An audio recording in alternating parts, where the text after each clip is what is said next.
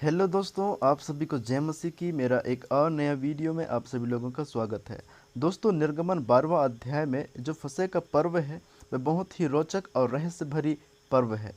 दोस्तों, इस अध्याय में प्रभु यीशु मसीह को हमारा मेमना, हमारा फसह और हमारा फसह का मेमना जो क्रूस पर मृत्यु भोगने के द्वारा प्रमाणित करता है, उसे एक मेमना के रूप में दर्शाया गया है। बाइबल कहता है पहला कुरिन्थियों 5 अध्याय के 7 पद में, क्योंकि हमारा भी फसह जो मसीह है बलिदान हुआ है। दोस्तों, परमेश्वर ने मिस्र देश में 9 महामारी भेजी थी ताकि फिरौन इजरायली लोगों को वापस भेजने के लिए तैयार हो जाए, और यह करीब करीब 1 वर्ष बीत चुका था। प्रत्येक विपत्ति के बाद फिरौन ने अपना मन कठोर कर लिया और वह परमेश्वर के लोगों को जाने नहीं दिया। आखिरी में परमेश्वर ने कहा कि मिस्र देश के सारे पहिलौठों को मार देना चाहिए। यह 10वीं विपत्ति इजरायली लोगों पर भी पड़नी थी।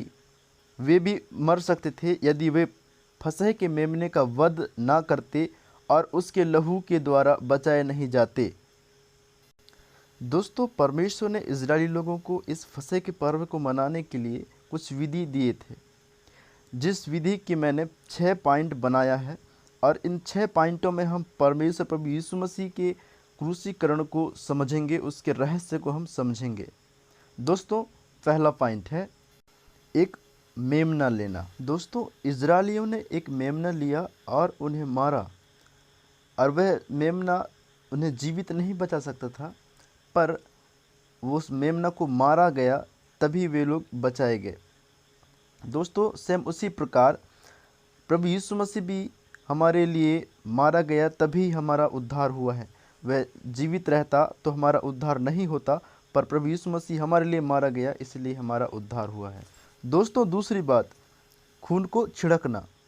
दोस्तों, मेमने को मारना ही काफ़ी नहीं था, पर उसके खून का या उसके लहू का उपयोग करना ज़रूरी था, तभी वह खून कार्य करेगा। दोस्तों, आज भी हम प्रत्येक विश्वासी प्रभु यीशु मसीह के लहू की वजह से हमारा उद्धार हुआ है। दोस्तों, उसके लहू हमें शुद्ध किया है, हमें साफ किया है, और उस लहू के द्वारा हम बचाए गए हैं। दोस्तों, तीसरी बात, मेमने को खाना। दोस्तों, परमेश्वर ने इजरायली लोगों को मेमने को मारने के बाद और उसके लहू का छिड़काव करने के बाद, उसे पश्चाताप करने के बाद खाने के विषय में भी परमेश्वर ने उन्हें कहा था। दोस्तों, यह बात हमारे लिए भी लागू होता है कि जब हम उद्धार प्राप्त करके पश्चाताप करने के बाद, लहू का छिड़काव करने के बाद, हम प्रभु यीशु मसीह के प्रभु भोज में शामिल हो सकें और अपना अच्छा जीवन परमेश्वर के लिए बिता सकें। दोस्तों, चौथी बात, खमीर को हटाना।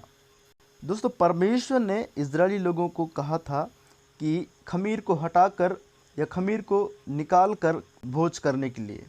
दोस्तों, उसी प्रकार परमेश्वर हमें भी कहता है कि जब हम प्रभु भोज लेते हैं तो खमीर को निकालने का अर्थ यह है कि पाप को अलग करके हम प्रभु भोज ले सकते हैं, क्योंकि खमीर को एक पाप का प्रतीक समझा जाता है।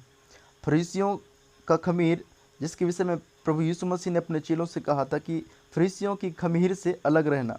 दोस्तों, खमीर को एक पाप के रूप में हम समझ सकते हैं, और यहाँ पर कहता है कि हम उस पाप को अलग करके, उस खमीर को अलग करके हमें प्रभु भोज में शामिल होना है। और इसी प्रकार इजरायलियों को भी परमेश्वर ने कहा कि खमीर को हटाना और उसके बाद भोज करना। दोस्तों, पांचवी पॉइंट है कड़वी बूटी। दोस्तों, प्रभु यीशु मसीह ने हमारे लिए कड़वा प्याला पिया, और हमें भी थोड़ी सी कड़वाहट सताव के रूप में अपने जीवन में अनुभव करना है। दोस्तों, उस मेमने का मांस को कच्चा नहीं खाना था, परंतु उस दुखभोगी मेमने को जो आग में से होकर गया हो, कुछ भी बचाना नहीं था, उसे शीघ्रता से खाना था, और उसकी हड्डियों को भी नहीं टूटने देनी थी।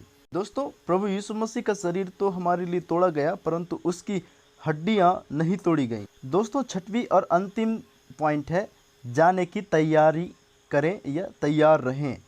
दोस्तों, उन्होंने भोजन खाया और पूरा वस्त्र पहनकर वे तैयार थे। यात्रा की सारी तैयारी हो चुकी थी और वे बहुत ही इच्छुक थे उस यात्रा में जो परमेश्वर उन्हें लेकर जाने वाले थे। दोस्तों, हम भी जैसे कि मेमना को मारा गया और उसके मृत्यु के द्वारा और उसके लहू को छिड़कने के द्वारा हमारा उद्धार हुआ, और उद्धार के बाद हमने मेमने के भोज को हमने लिया, प्रभु भोज को हमने लिया। उसके बाद खमीर को हटाया, हमारे पापों को हटाकर हमने उस भोज को लिया, और कड़वी बूटी जो सताव के रूप में है उसे हमने लिया। और इस सब लेने के बाद हम तैयारी करें और तैयार रहें कि प्रभु यीशु मसीह के साथ जाने के लिए। और उस यात्रा में जो प्रभु यीशु मसीह हमें लेने को आएगा, हम उस यात्रा में जाने के लिए तैयार रहें। आप सभी को जय मसीह की।